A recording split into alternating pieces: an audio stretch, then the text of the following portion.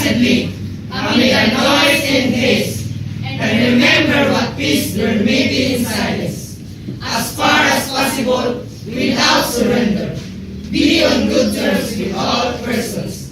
Speak your truth quietly and clearly, and listen to others. Even the down and the ignorant. They too have their story. Avoid that in a aggressive person. They are the exception to the Spirit. If you compare yourself with others, you may become Vain. And bitter. for always there will be greater and lesser persons than yourself. Enjoy your achievements as well as your plans.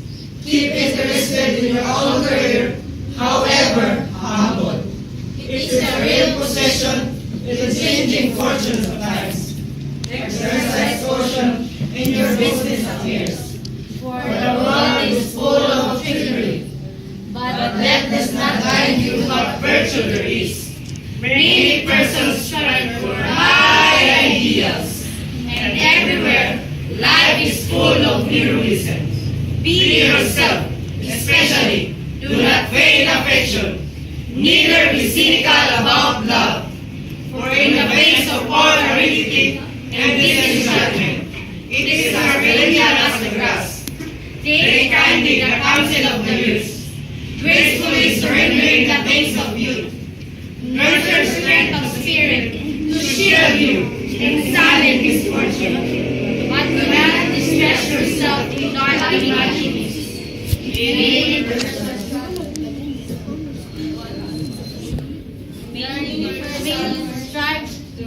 Many persons are born of fatigue and loneliness, beyond the wholesome discipline. Be gentle with yourself.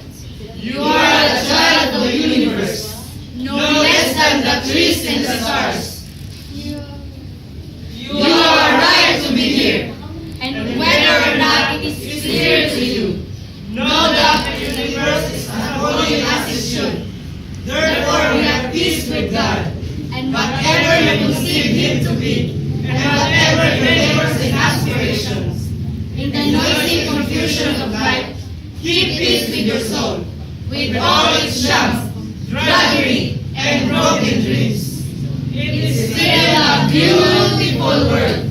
Be cheerful, strive to be happy. Desiderata,